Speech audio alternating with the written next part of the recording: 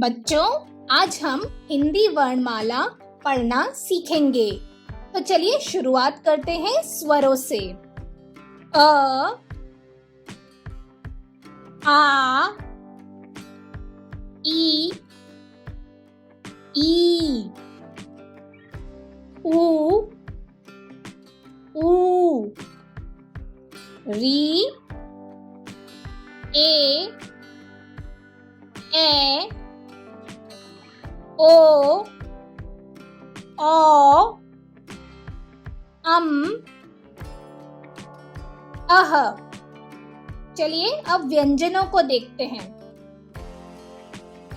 क, ख, ग,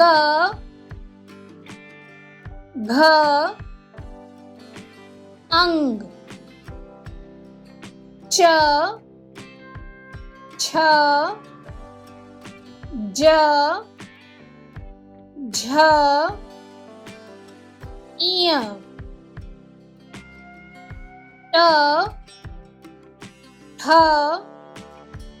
ड, ढ, ण,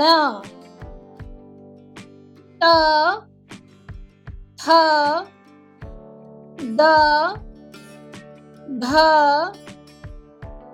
न, प, फ, ब, भ, म, य, र, ल, व,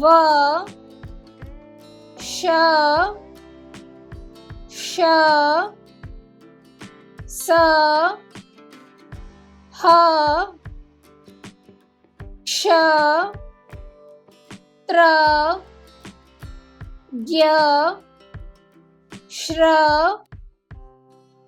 ळ, ढ। चलिए दोबारा से पढ़ते हैं। अ, आ, ई,